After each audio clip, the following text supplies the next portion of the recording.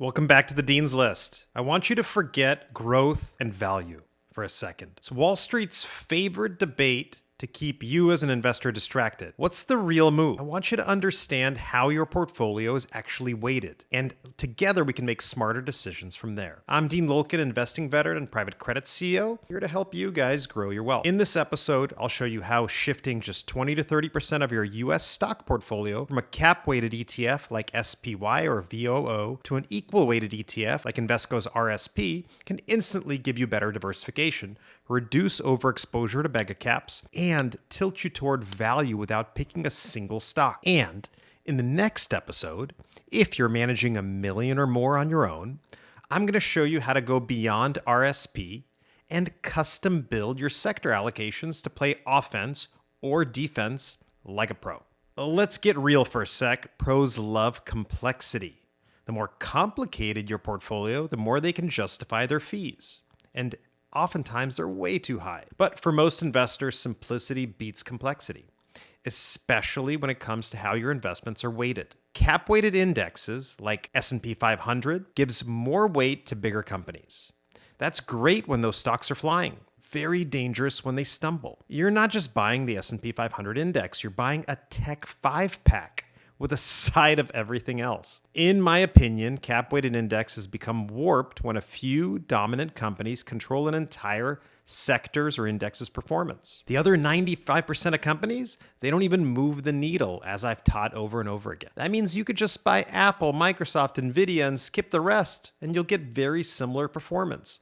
So why even bother with those ETFs in the first place? Equal weight, on the other hand, is different. It's almost impossible to replicate on your own as an individual. And picking the right stocks out of 500 or thousands, this is for fools to try to do.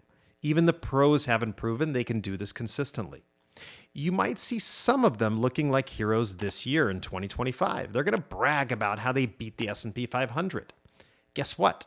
It's not because they're stock-picking geniuses, it's just that they're underweight technology for the past decade. One good year. One in a row. Good job. That's nothing to be proud of. Equal weighting through RSP, and by the way, Invesco isn't sending me any referral checks. This just happens to be the only ETF that I know of that does this particular thing and does it well. Now, it forces you to sell high and buy low every single quarter. It does not care about headlines. It just disciplines your exposure and tilts you toward value and mid caps, as we would call these smaller S&P 500 stocks, automatically. Now, take a look at this full sector table for the S&P 500. You can see the cap-weighted versus equal-weighted indices by sector, and you can see each of the weights. You can see the enormous differences. You can see the count of the stocks in each sector. You can see the tech with 76 stocks carries a 28% weight before we even go and add Tesla, Facebook, and Google back from other sectors. And you can see what will happen when we take an equal weighted approach. What happens to tech? Tech gets cut in half. Healthcare stays about the same with its 64 constituents. Financials about the same. Consumer discretionary about the same. Industrials, you're going to get a double dose of it. Good, bad? Well, I think in the current environment, probably a good thing. Communication services gets cut in half because really that's just tech.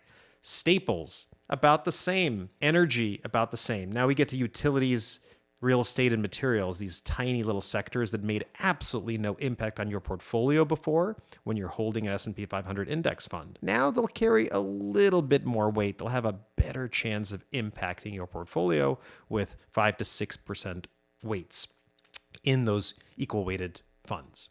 So look at industrials, 15% in equal weight versus just 8% in a cap weighted situation. What are they? Think Caterpillar, Honeywell, Boeing, and Deere. Real economy businesses that get overlooked in a tech-fueled index, like the S&P 500 is today. Now, very important disclosure, my advice applies to your equity allocation, the growth part of your portfolio. Your total mix, stocks, bonds, cash, should always reflect your goals and risk tolerance. Next time, for those with $1 million plus, I'm going to show you how to go beyond RSP and build a custom equal weight strategy with way more control and precision. Subscribe now to the Dean's List and let's grow wealth intelligently together.